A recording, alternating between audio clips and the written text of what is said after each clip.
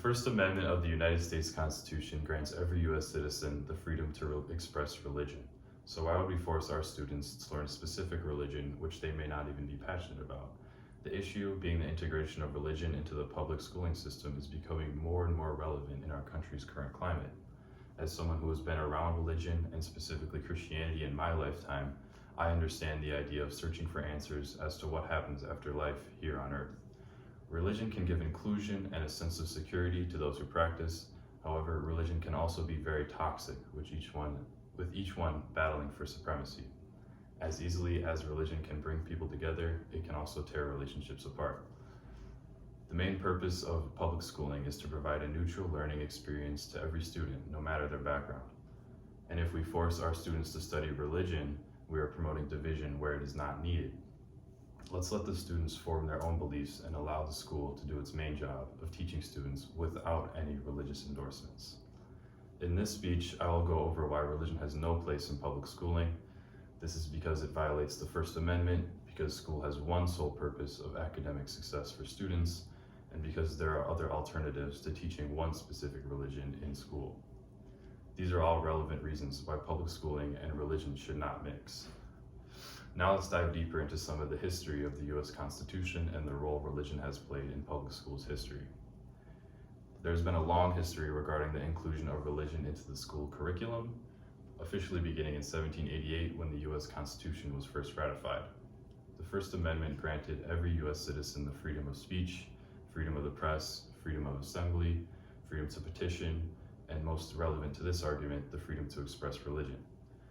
On January 1st, 1844, in Philadelphia, the Supreme Court ruled the teaching of the New Testament to be essential for teaching morals in the classroom. According to TimeToast.com, many cases up until the mid-1950s supported the idea of teaching Christianity in public schools, saying America is a religious people and this is a Christian nation. Then later, on March 8, 1948, the Supreme Court ruled that time set aside for prayer during school was unconstitutional. For the Stone v. Graham case in 1980, the Supreme Court ruled against posting the 10 Commandments in classrooms, even if purchased with private funds.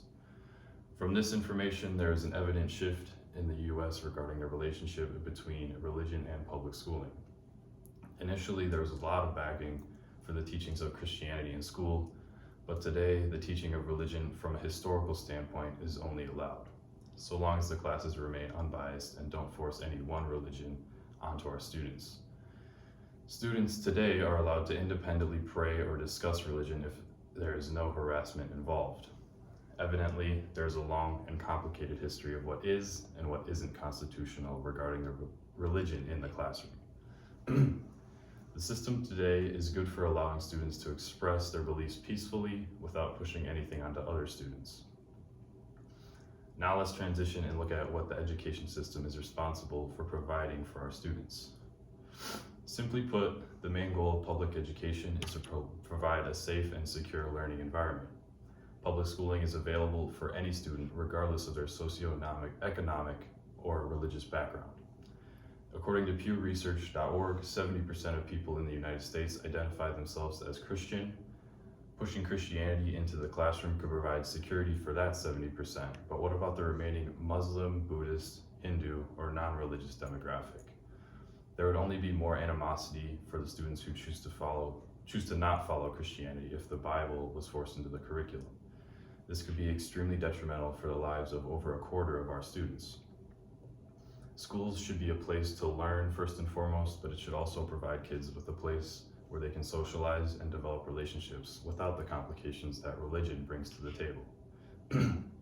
Let's let the kids develop a passion for religion if they choose to, without unconstitutionally forcing it upon them. Finally, let's look at what alternatives there are to teaching the Bible and Christianity in our classrooms.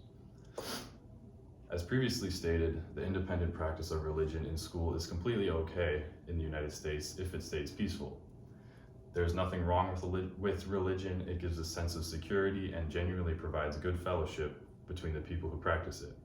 However, teaching just one specific religion doesn't allow for any exploration and is unconstitutional. If we just teach one religion, we should teach them all. Teaching the pros and cons of each religion allows freedom for young people to choose what they want to believe in. And this is the entire idea of America, and was the main purpose of the First Amendment, to provide freedom to choose. This idea of freedom is what the United States is built upon. In conclusion, that is why the Bible and religion should stay out of our students' classroom, because it is unconstitutional, because students deserve the right to grow and develop academically and socially, and because there should be other options for students to pick from. Finding what we have a passion for in life is the main goal, and that cannot be achieved if from a young age we are all taught to think a certain way. That is why I encourage you to find your passion. This could very well be a religion, maybe a job, a hobby, or anything that brings you joy. Thank you for listening.